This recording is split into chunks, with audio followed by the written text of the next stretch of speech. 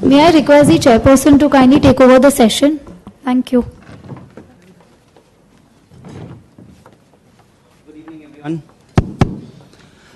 We're starting about 8 minutes late, and thanks to the cancellation of the tea break, we hope to finish in time before the Honorable Minister for State HRD, Mr. Jatin Prasad, is on campus.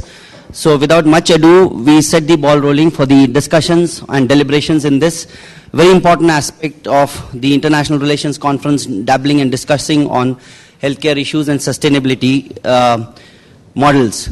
Healthcare problems are well known, discussed, deliberated at various fora, and international collaborations and partnerships have been identified as the key to tackling the complex problems of sustainable healthcare, addressing the issues of affordability, accessibility, accountability, equity, and so on and so forth.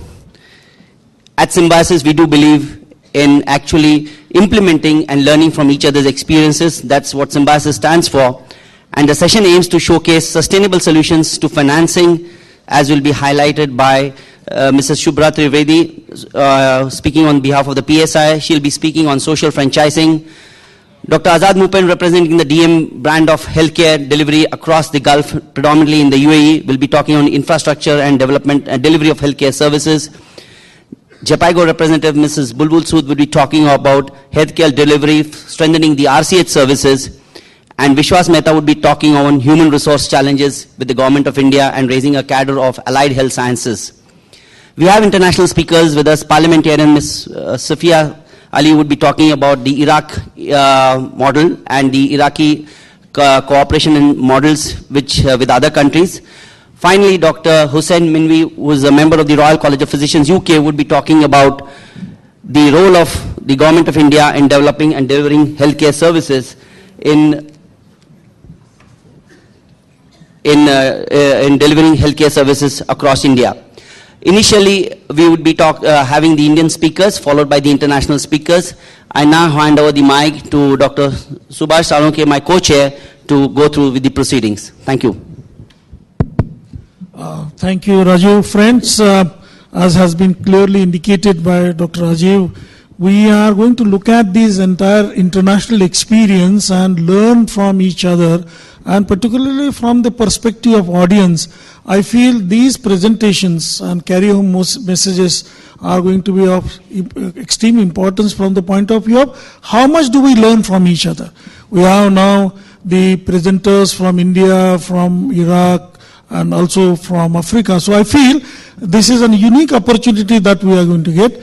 And in this context, we will have first presentation from Ms. Shubhra Trivedi, who is representing the CARE and SIPSA, and who has also worked in WHO. She has a master's degree in social sciences and also business administration. As has been stated, she is going to speak on the issue of social franchising. I think all the health-related issues, all of you will appreciate that components which are integral part of the social milieu and its impact on the health and particularly public health cannot be indicated more. But now let us listen to Shubhra and let us try and find out that as far as area of her expertise and area where she has practiced extensively in a very difficult state in India, that is Uttar Pradesh, and in this particular state they have done an excellent job. So I will now request Shubhra to make her presentation, as we'll be requesting to be done in 7 minutes. Thank you. My regards to all panelists. My presentation brief will be sharing PSI's global experience on social franchising and PSI India. Population Service International is a non-government organization founded in 1972. We work in more than 60 countries and our headquarters is Washington, D.C. We use social franchise as a technique to harness the private sector and also promote healthy behaviors, including product and services. PSI focused on measuring healthy impact. We have around $23 million annual operating budget. We have averted around 8,21,450 disability-adjusted life years between January to October 2013. 23,70,770 couple year production till 2013. So these are the impact, how we have impacted, how we measure our health impact. We work in family planning, maternal child health, HIV/AIDS, tuberculosis, non-communicable disease like diabetes, tobacco control, sanitation and hygiene prevention. We have intervention in 13 states of India. There are around 11 products which are for maternal and child health and some for HIV/AIDS. PSI social franchise. When we say PSI social franchise, it encompasses a network of qualified health practitioners linked through contracts, agreement, association to provide socially beneficial service under a common brand. To be considered a PSI social franchise, outlets are owner-operated. Payments to outlets are based on service provided. Services are standardized, that is, follow standard operating procedures meeting PSI quality standards. Social. Clinical services are offered with the franchise branded committees and networks are branded.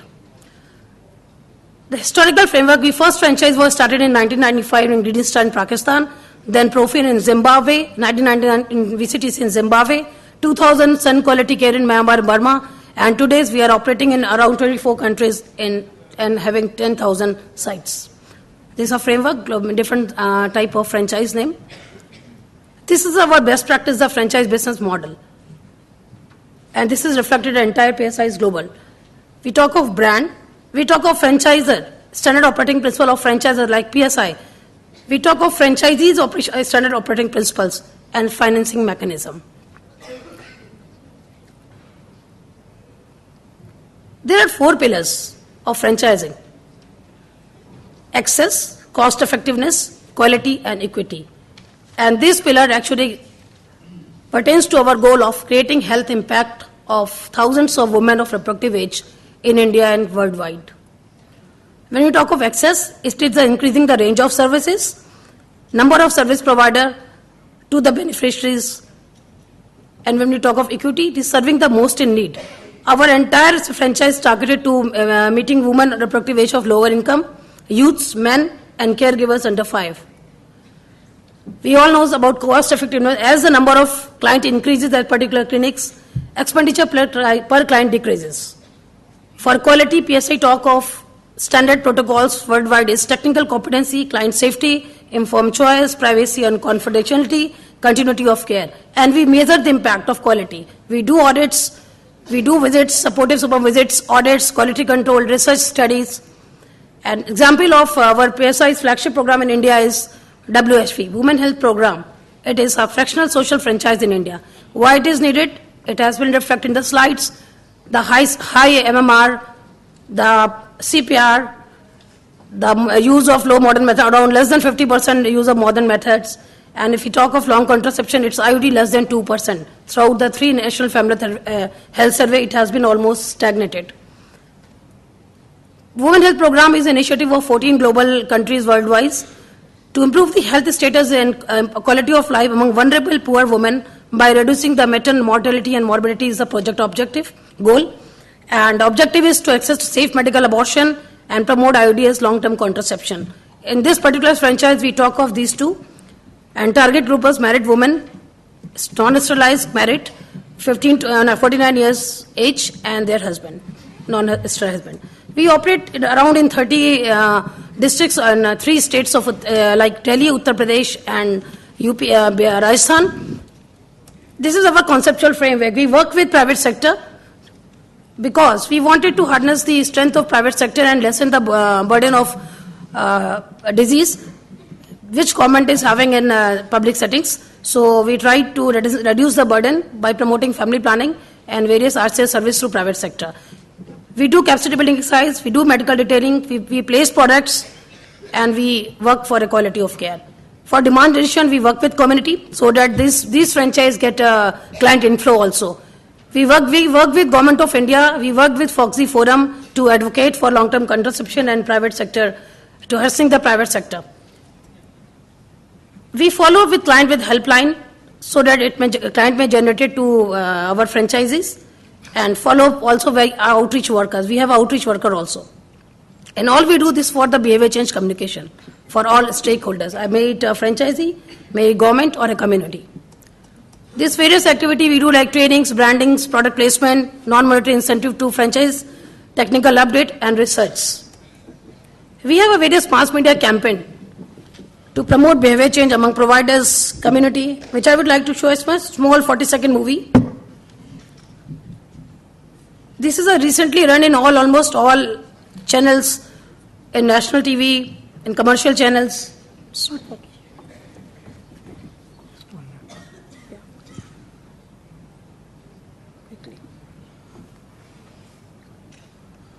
Which one? This one. Just killing time.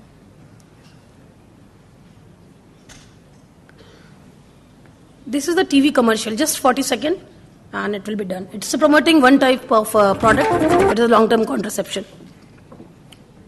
Oh, on.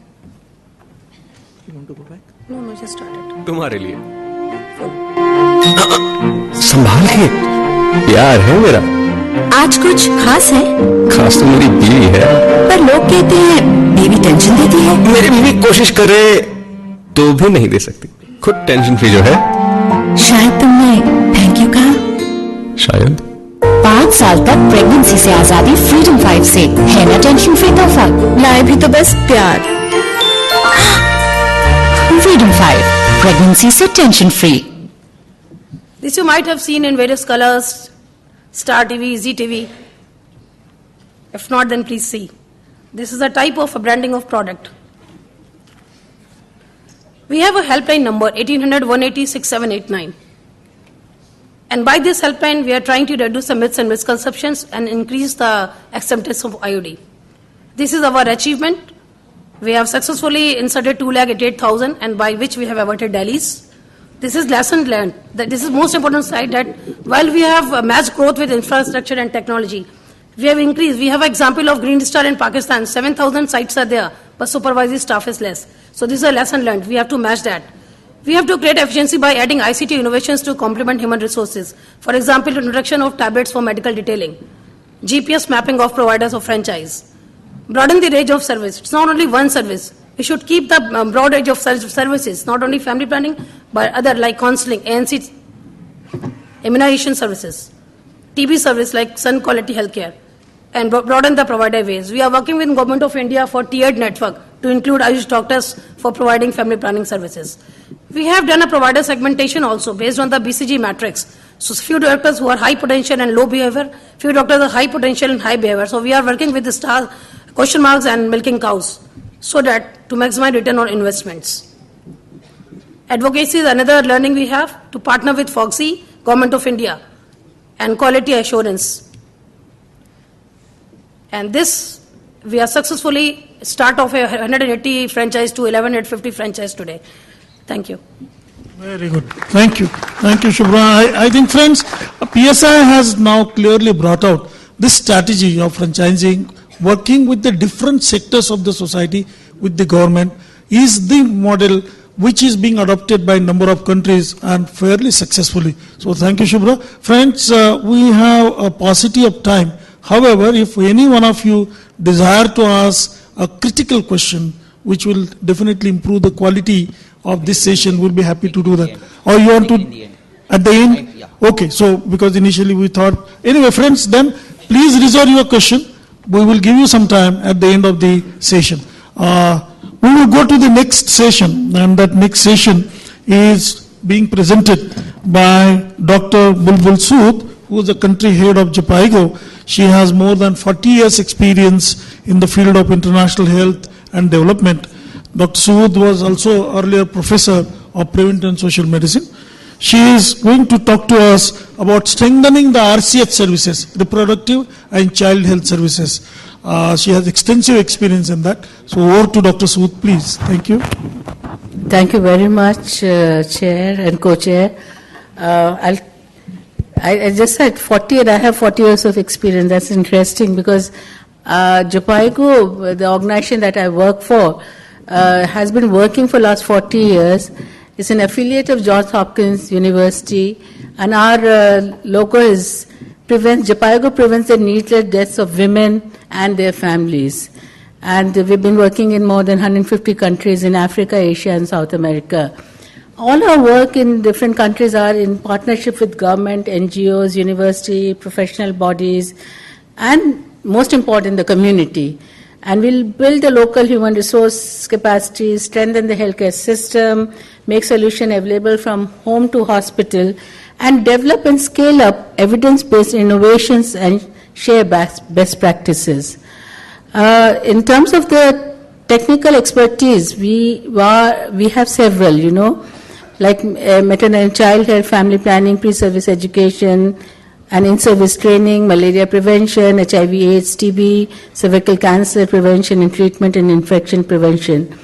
I'll be focusing on the ones which we are currently doing in India, and also share quickly how it is being also scaled up in other countries in the region. And we have all our work in India is in partnership with the national government and state government, and with the professional bodies, and we have funding from several donors who have been supporting this work. In terms of India's call for action for the Summit for Child Survival and Development, which was held in Mahabalipuram in February 2013, I think it was very clearly brought out that you have to have a life cycle approach if you want to prevent the needless deaths in women and children and have a healthy society. And linking child survival to other interventions was critically identified, working in reproductive health, family planning, and maternal health. And I think another pillar which was recognized was working in strengthening the nursing education, which is, I think, was said, is the pivot for service delivery. So I'll be talking about some of the works in that area that we are doing. For example, in strengthening the nursing education in India, and this is the pre-service nursing education, as I was telling, students about an hour back, that ultimately the purpose of any education is to have competent, confident, and ready to work upon graduates. If you don't have the skills, you will not be able to provide services. And we realized that in India, lot of input was given during the in-service, but not much was happening in the pre-service. And in 2009-10, when we started working, and this in fact approach had worked very well in Afghanistan, Bangladesh, and now it is being scaled up in Myanmar, Ethiopia, Tanzania, and several other African countries. So I'll briefly share, that it was a double, I would say, top down and bottom up approach, where we worked with the Center of Excellence in the several states, and also created what we call as at the A&M GNM schools, an environment where teaching could be provided. And you can see some of the training infrastructure now, which is being given at the A&M GNM schools. For example, you have skills lab with proper anatomical models, audiovisual aids. You have IT infrastructure. This is one picture is at Uttarakhand, where you have 40 computers are there, and you have quality libraries and other things. And Jopaigo is providing technical assistance, and most of this work has been actually done through the NRHM funds. So these are the skills lab stations. For example, if you can't, you have to have a humanistic training approach, and we realize we can't. You have to have good skills lab, and special skills corners for antenatal, postnatal care, family planning, infection prevention, and other things have been now created in several schools. We have to also match the standards, what we teach in the class, with the clinical standards, and we have been also working with the attached district hospital or the medical college, and we train all the faculty there, including not just the doctor, nurses, even the ward boys, ayahs, and everyone, on the ones which are very critical for the survival, and I think I would say for the mother and child, like Amstel, newborn resuscitation, photograph, and things like that. And we are currently working at the 16 national nodal center and state nodal center in several states, and 43 GNM schools and 158 A&M schools across the country, currently in the public sector, but I think there is a discussion going on that we need to also use the same standards in the private nursing schools. Just a quick glimpses of what is happening. By using educational standards and clinical standards, we can see that quality can be improved in the education. And as you can see, repeatedly when you do it, you find that it's going up. And skills of nursing tutors, we have been working on through a 6 weeks training, and we have found that that's another very, very important input that has gone into this program. We also have added, in fact, today the technology is very important, and we are going to be, looking at virtual classrooms. This is using, linking the State Nodal Center with the various schools, and simultaneously you can demonstrate and do the written demonstration. Another area is strengthening of the family planning work in India, and again, I would just say that this has been that Governments of India's initiative where they are repositioning family planning as MNCH initiative. And again, a program which was started only in 2009 has been scaled up in the entire country now. And we have being provided, the services are being provided through more than 370 districts and sub-district facilities. And, more than 200,000 IUCDs have been inserted in a very brief time.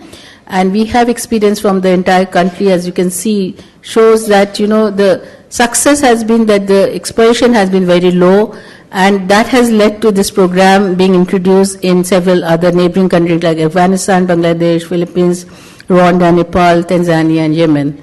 And I'll just go, the third one which we are working is improving the quality of intrapartum and immediate postpartum care.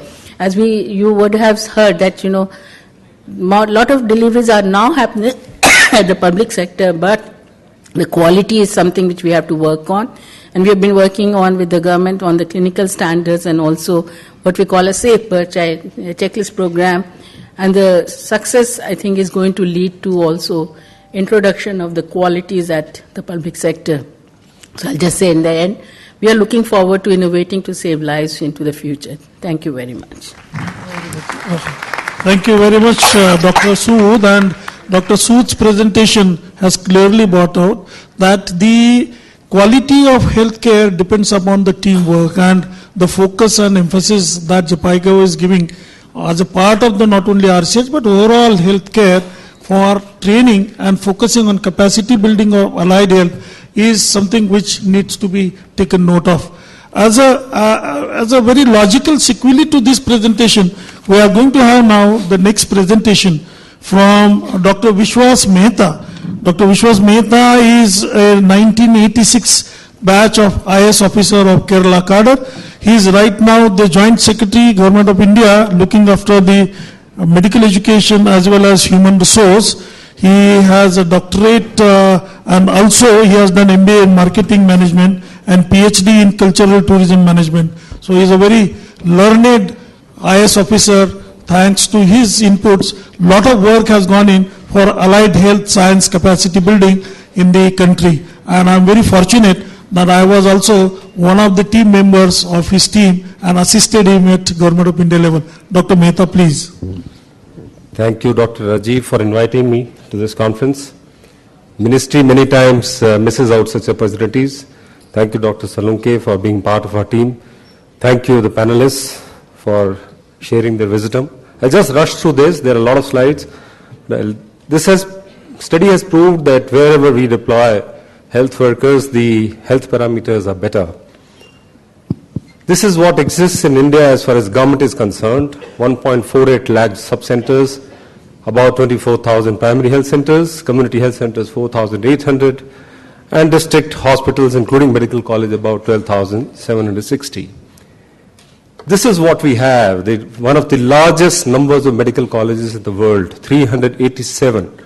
181 in government, private 206. We produce about 52,000 doctors, and average is about 131 medical graduates per medical college.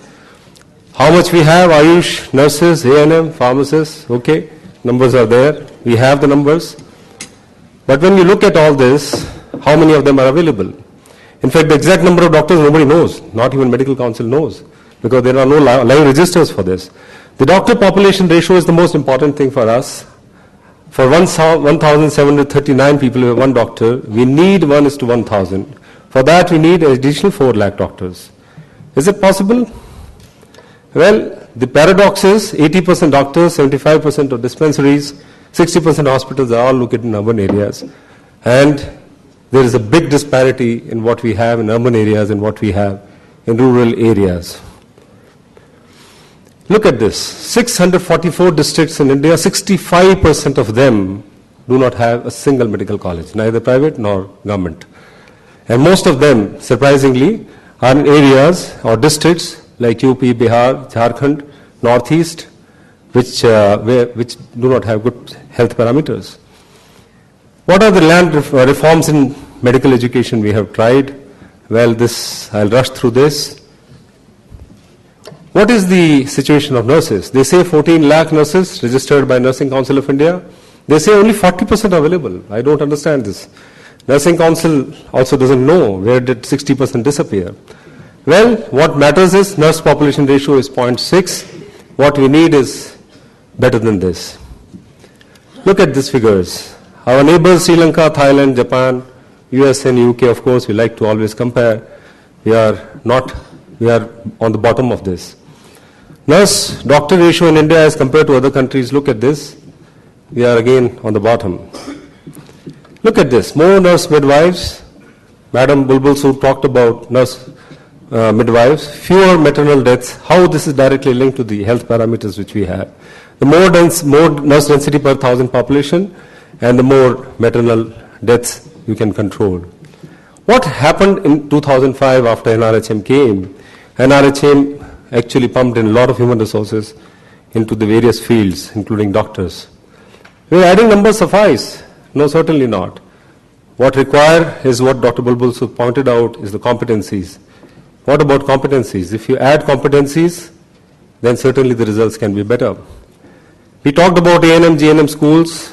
In 269 A&M, GNM schools are going to start in various parts of India. What do we need to do for strengthening quality of pre-service education? Well, a lot of things. I'm not going to bore you with all this. A lot of things. But what is the roadmap? Strengthening of training institutions, strengthening the competency of the faculty, competency-based internship certification, setting up nursing directorates, and career progression. Look at the allied health professional. This is one area which is not regulated. In fact, we didn't know, how many health professionals we have. This allied health professional is a very loose category talked as paramedical.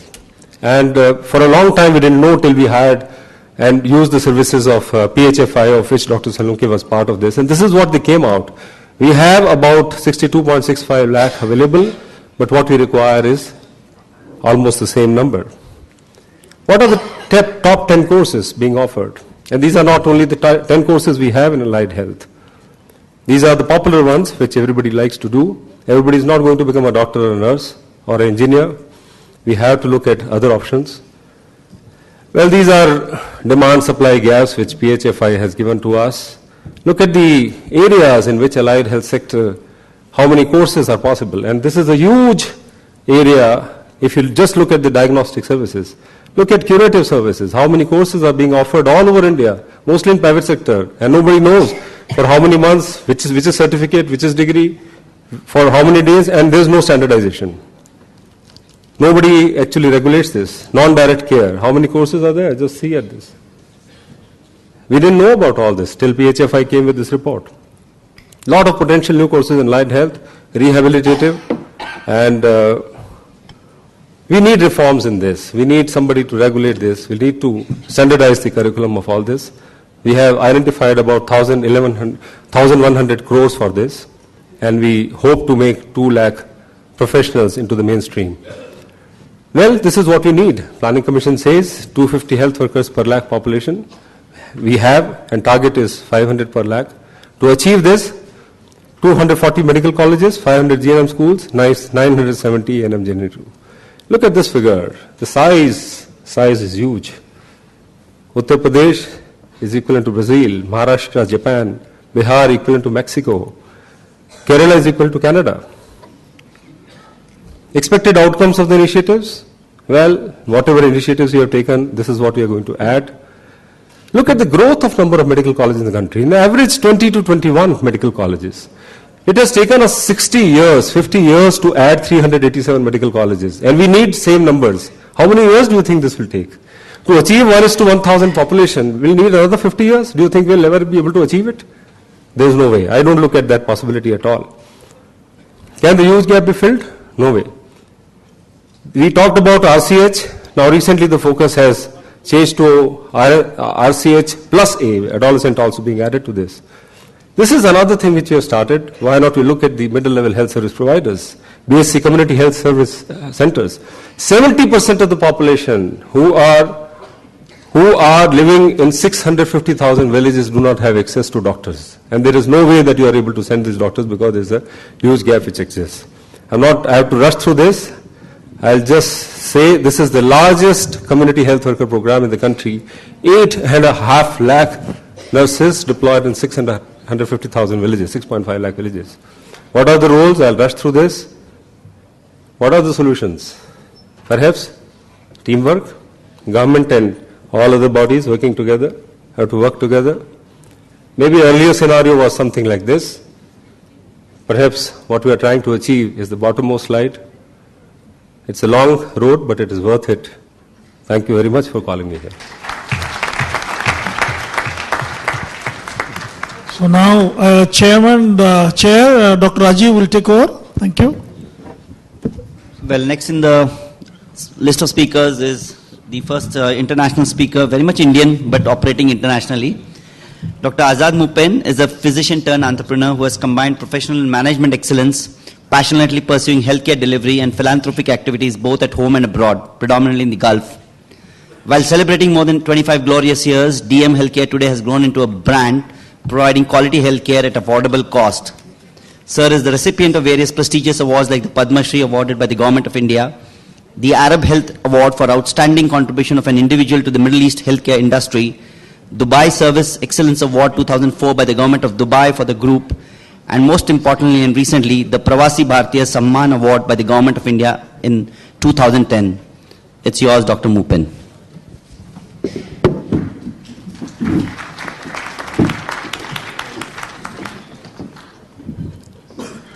Thank you very much, Dr. Rajiv, my fellow panelists and delegates. For a change, I thought that I'll speak without a PowerPoint presentation. The time is very short, and I'm slightly different from people sitting here. I'm neither here nor there.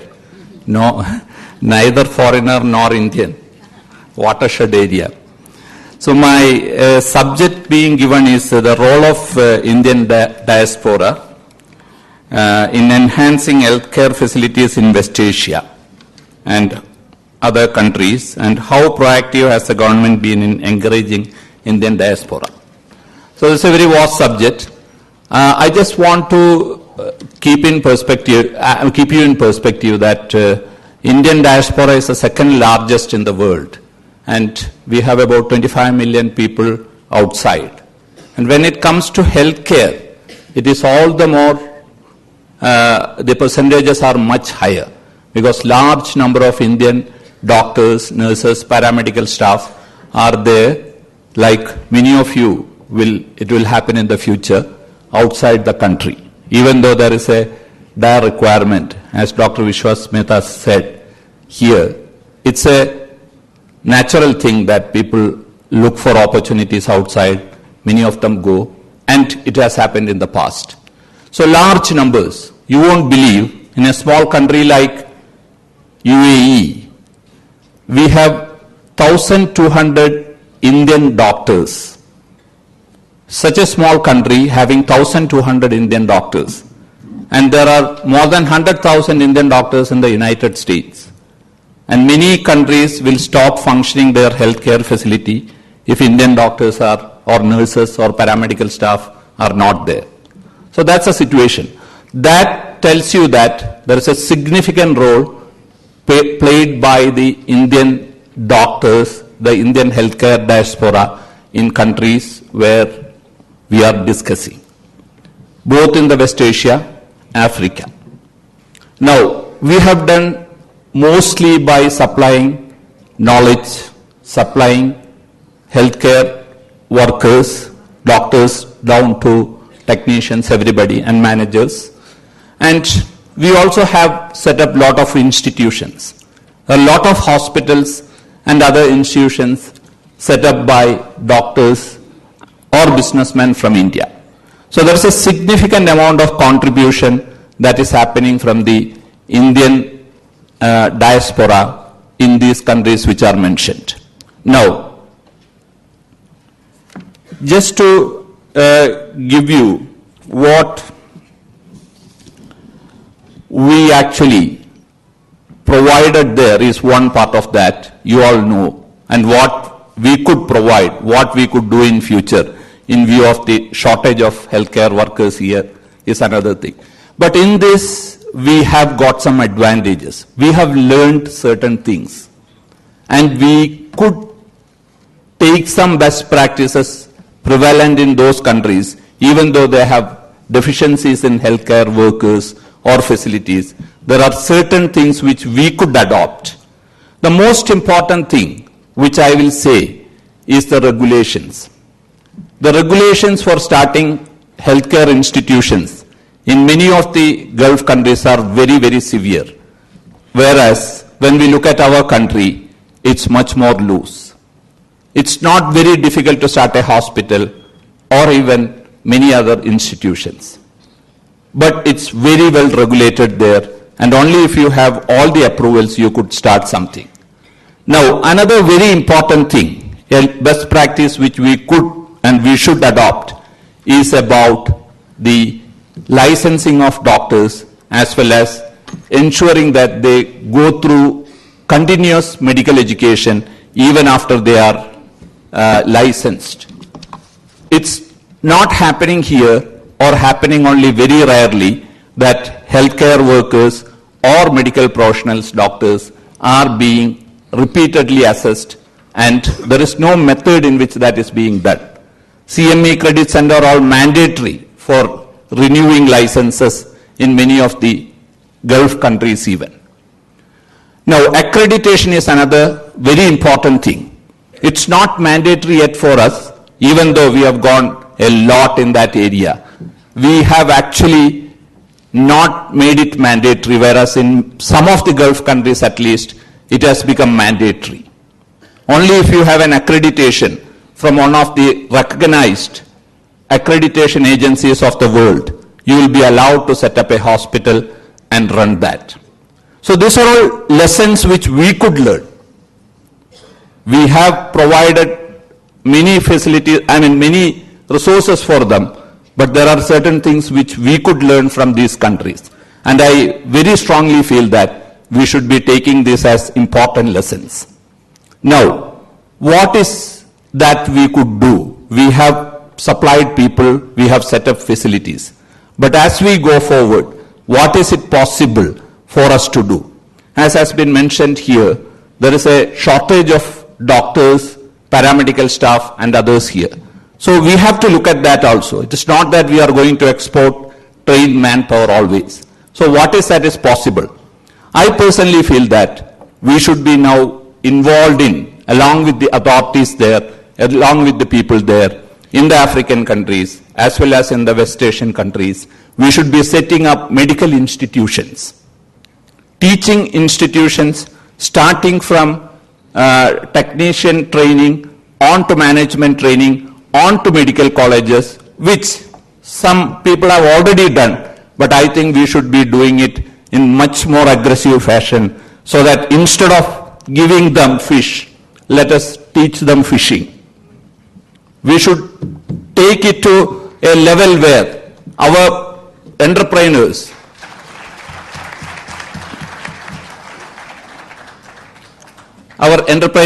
should do that. Now, the second thing that we could do that is to actually leverage IT by way of telemedicine and such facilities, where we could actually provide these services without being physically present there.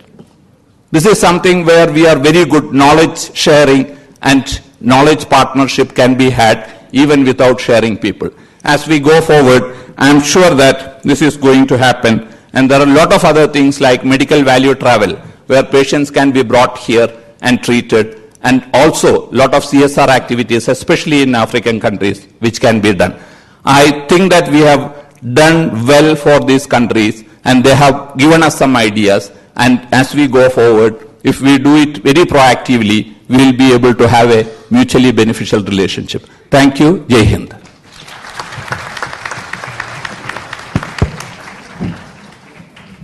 Thank you, Dr. Moopen. You clearly outlined and spell out the power of the Indian diaspora overseas, and it's that which has made brand DM Healthcare the brand that is today, providing affordable and accessible healthcare to various huge groups of citizens in the Gulf.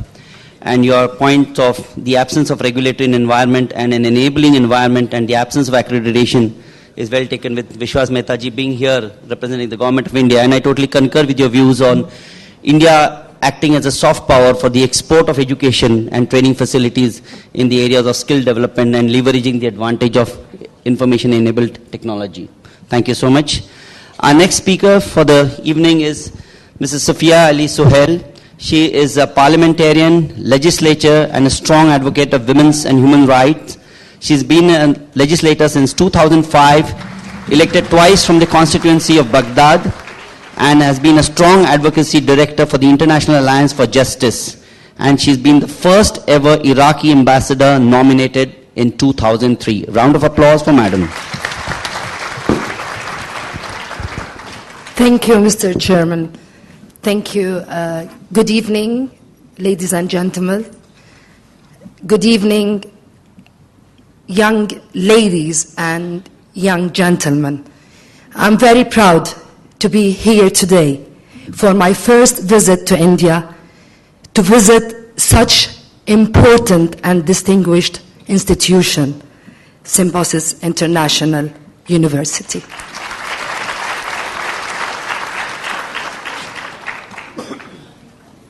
I can't even express my feelings of being proud of being with you today in order to learn from each other experience and try to build more connection for the future, not only on the level of academics, politician, also on the level of the youth of both countries. I will start, actually, my area that I will cover, as Dr.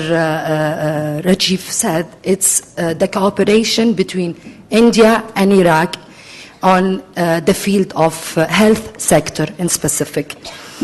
And I will start by saying that India and Iraq have throughout history enjoyed enduring political and economic and culture ties. The people to people and the institutional contacts are so deep that today India has become the most favorite destination for Iraqis for seeking quality medical treatment. At least 75 Iraqi patients travel to India on a daily basis for medical treatment. Hundreds of Iraqi prefer to send their children for higher education to India on a self-finance basis as well. My friend, the Indian ambassador to Iraq, Mr. Suresh Reddy, did inform me that the mission, the embassy of India in Iraq, the mission in Iraq is in Baghdad, actually, is currently issuing around 200 to 250 visa per day, going to up to 350 during summer. And this is really a large number, an increasing of number of Iraqis who are visiting India on a daily basis. Majority of our travelers are visiting India for medical purposes, as I mentioned earlier. And education is number 2 for the purpose of the visiting of Iraqis to India. And the third thing is for business. Last year, around 2,800 students' visa were issued, and it is estimated that there are over 10,000 Iraqi students in India, which is really an increasing number in that regard. I think that there's a lot to be done in that regard, and I'm extremely happy to be cooperative in that field. Iraqi's future cooperation with India in the field of health will be widened through a priority framework by a memorandum of understanding between the government of Iraq and the government of Republic of India. we would like to enhance our cooperation in the field of health and medicine. Both governments realize the necessity of improving the friendship between our peoples and countries through joint efforts, though recognizing the importance of bilateral relation. Actually, this is what's happening, and it happened, and it's a progress between both relationship on that regard, that the two countries decided and agreed that they shall encourage cooperation in the field of health and medicine and encourage the cooperation in the following areas specific: integrated disease surveillance, health and medical research, public health emergencies, healthcare and hospital management, lab and diagnostic, integrated disease surveillance program, drugs and pharmaceutical products, traditional medicine, health tourism and medical services, physician rehabilitation of trauma victims, and human resources. And also agreed that they will cooperate, that their cooperation between the two governments shall take the following forms: the exchange of information, professional in the field of health and medicine, as well as environment health, and employ some of the medical specialists and nursing to work for Ministry of Health and the Republic of Iraq.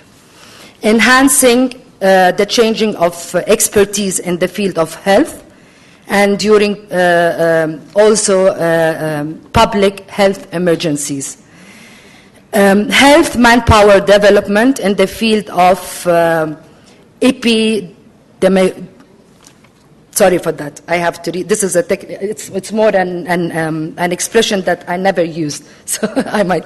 It's epidemiology, and it's a public health management and health economy.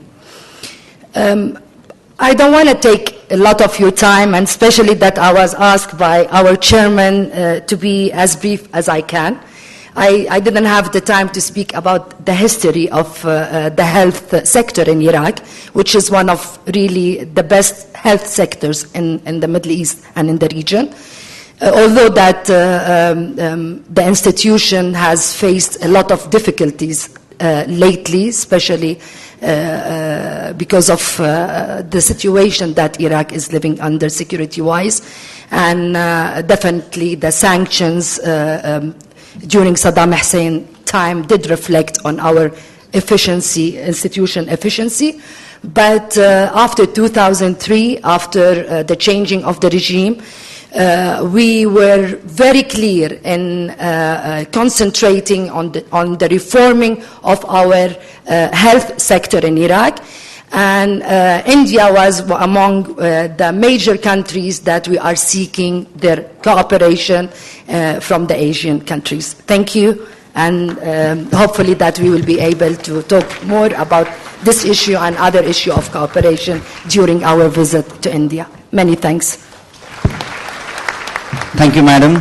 You rightly said that Iraq has been one of the preferred destinations, India has been one of the preferred destinations for medical tourism from the Iraqi brothers and sisters. And the MOU between India and Iraq clearly spells out this area of cooperation in research, public health, disease surveillance, and probably an area from where we can learn from the Iraqi society is the rehabilitation of trauma victims. So it doesn't really augur adversely in the absence of a medical professional speaking. It's policymakers like you who lay down the policies and help in the cooperation between two developing nations. So we really appreciate your viewpoint on that. The next speaker for the evening is Dr. Hussein Moini, who is the Minister of Health and Social Welfare from Tanzania. He has been a member of Parliament since 2000 and has held several portfolios in the Cabinet of Tanzania, including Ministry of Defense, Minister in the Vice President's Office, and the Minister of Health. Most importantly, he is a medical doctor by profession and a member of the prestigious Royal College of Physicians, UK. Round of applause for the Honorable Minister.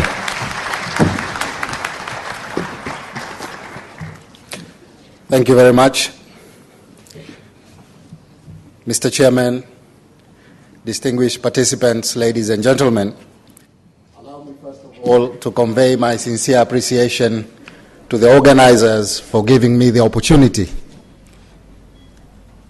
to come to this very important conference, and indeed for the excellent hospitality that was accorded to us since our arrival in India. I'm going to talk about the potential areas of cooperation between India and Africa, particularly in the health sector. Ladies and gentlemen, health is recognized as an essential component of human development. Therefore, access to essential medicines is acknowledged as a basic human right. However, about half of the population in Africa lack regular access to essential medicines. This is one of the areas that India can share its vast experience and best practices with African countries. In Tanzania, the growth and capacity of the local pharmaceutical industries is still minimal to meet national needs, with an estimated contribution of only 30%.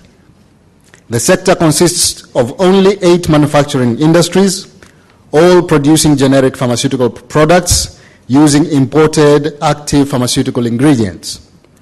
Analysis of the medicine supply chain shows that 70% of medicines are imported, mainly generic medicines from Indian manufacturers.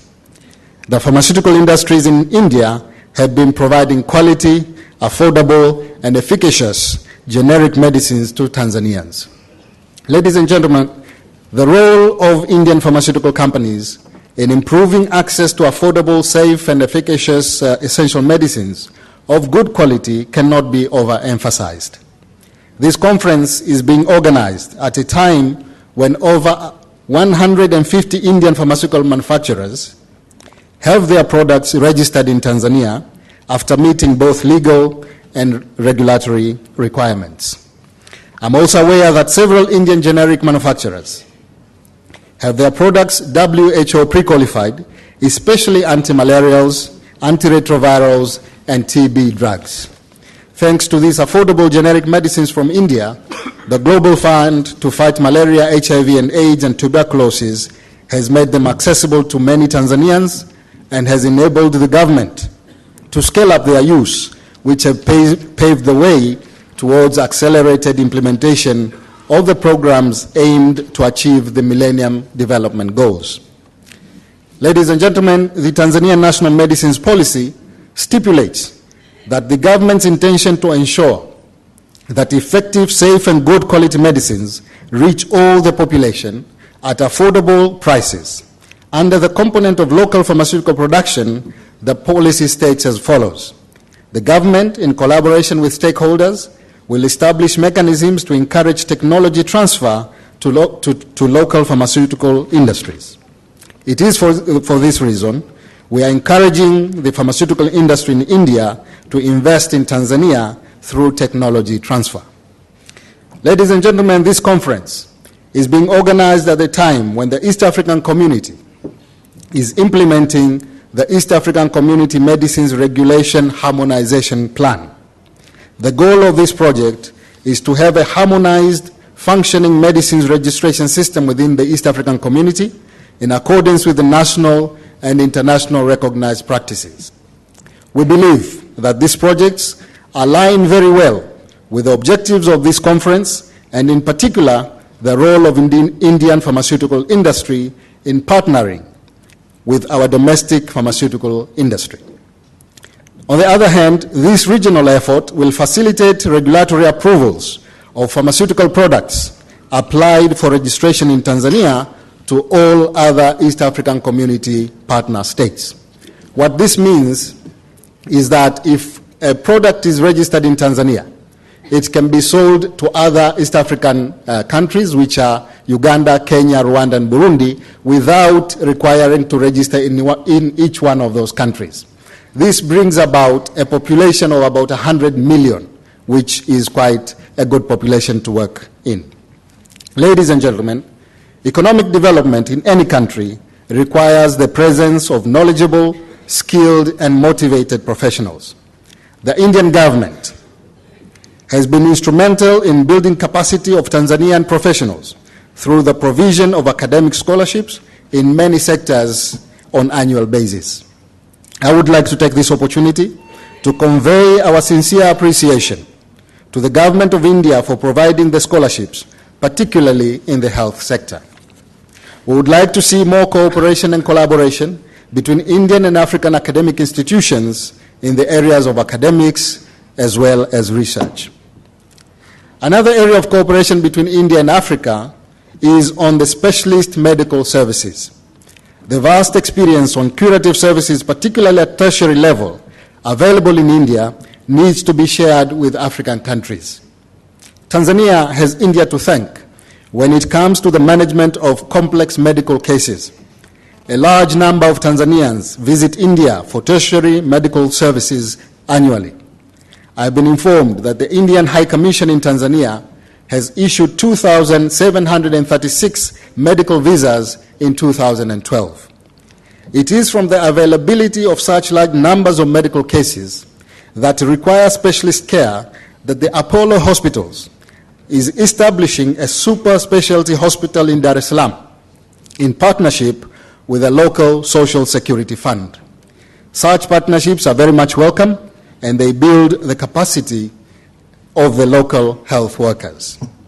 Ladies and gentlemen, Tanzania has also received support from the Government of India on 2 IT projects, namely a Center of Excellence in IT and a Pan-African e-network project. The former has been established in Dar es Salaam Institute of Technology and is comprised of 1 supercomputer and 10 regional centers. Through this project, a doctor in Dar es Salaam can get one-to-one video consultation with a patient located in any of the 10 regional centers. This has made a big impact in medical consultation by saving money and the time that would otherwise have been used to transfer patients to the national hospital. The Pan-African e-connectivity project contains 3 components. One is Tele-Education Center, located in the University of Dar es Salaam. Another one is Telemedicine Center, located at the Ocean Road Cancer Institute, and a VVIP hotline that connects heads of states of African countries. The Telemedicine Center connects medical institutes and facilities in India to those in Tanzania. With this facility, Tanzanian trainees have been getting direct courses from trainers located in India. Tanzanians have therefore gained medical knowledge from Indian experts without incurring the costs of travel.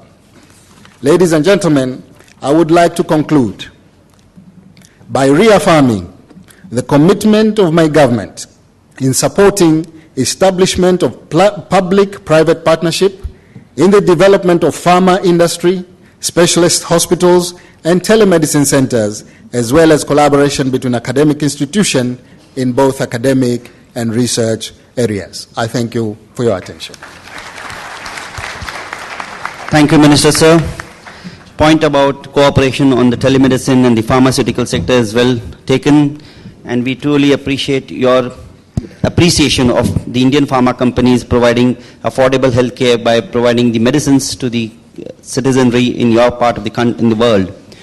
And your comments upon the dominant presence of the East Indian community is well taken, well noted.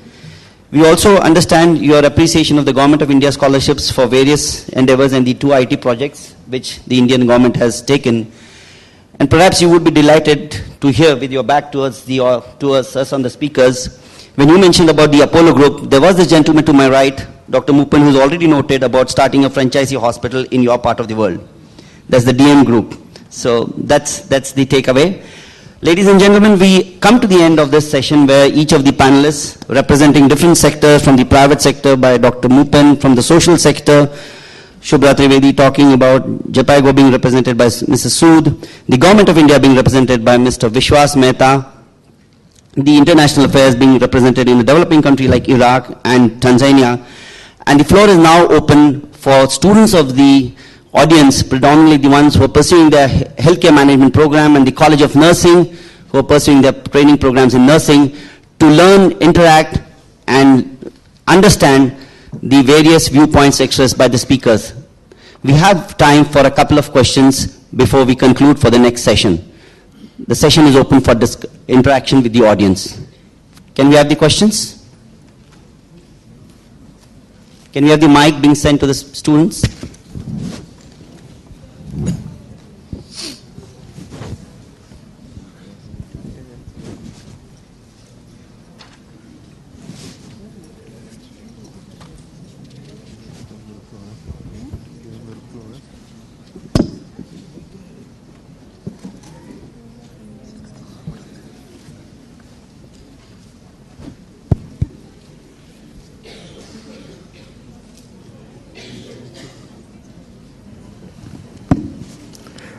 Good evening, sir. I am Dr. Rasesh Mehta. I am a student of Symbiosis Institute of Health Sciences. My question is addressed to Mr. Vishwas Mehta, sir. You mentioned the lack of doctors, nurses, and allied health professionals in India.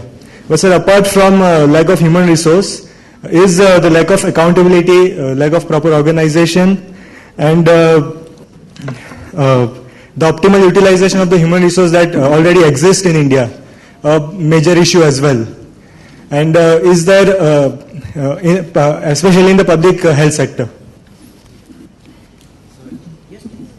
Yeah, you're right. In fact, we have those issues which you rightly pointed out. For example, look at the number of Ayush doctors we have available.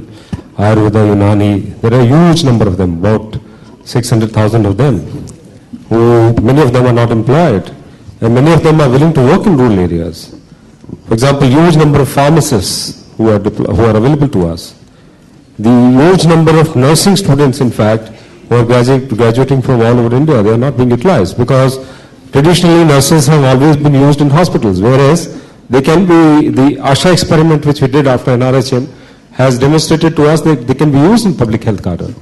In fact, what I forgot to tell you in the present, because time was too short, and hopefully tomorrow I'll be interacting with you, the whole medical education in India, unfortunately, is concentrated, is hospital-centric and urban-centric. It doesn't create doctors for rural areas, where actually 70% of India resides. And that is the policy level of paradigm changes which we need to do. Utilize whatever is available to us. If the competencies are lacking, utilize them through bridge courses, and impart competencies if possible, so that they can be utilized in all the areas.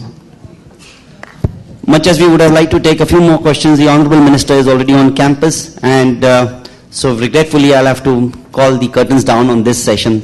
Thank you, panelists, for a wonderful and enlightening discussion, and you audience have been tremendously patient. Thank you so much. Thank you, sir, for conducting the session.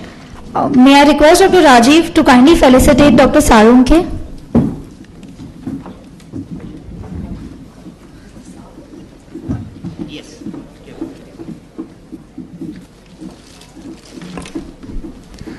Thank you, sir.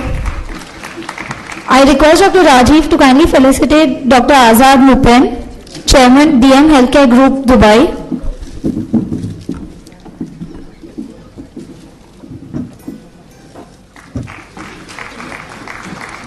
Mrs. Safia Al-Suhail, Member of Parliament, Iraq.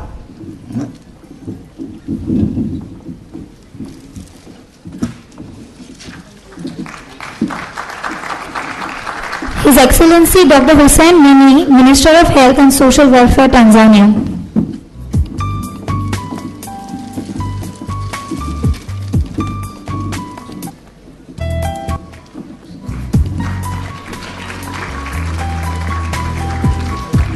Thank you, sir.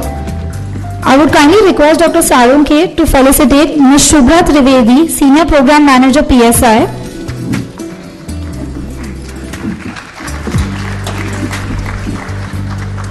Dr. Bulbul Sood, Country Head, Japago.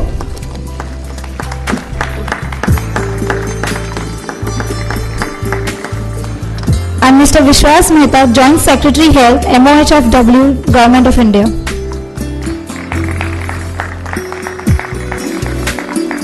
Thank you, sir. I would like to call upon Dr. Rajni Gupte, Vice Chancellor, Symbiosis International University, to kindly felicitate Dr. Rajiv Veravdekar.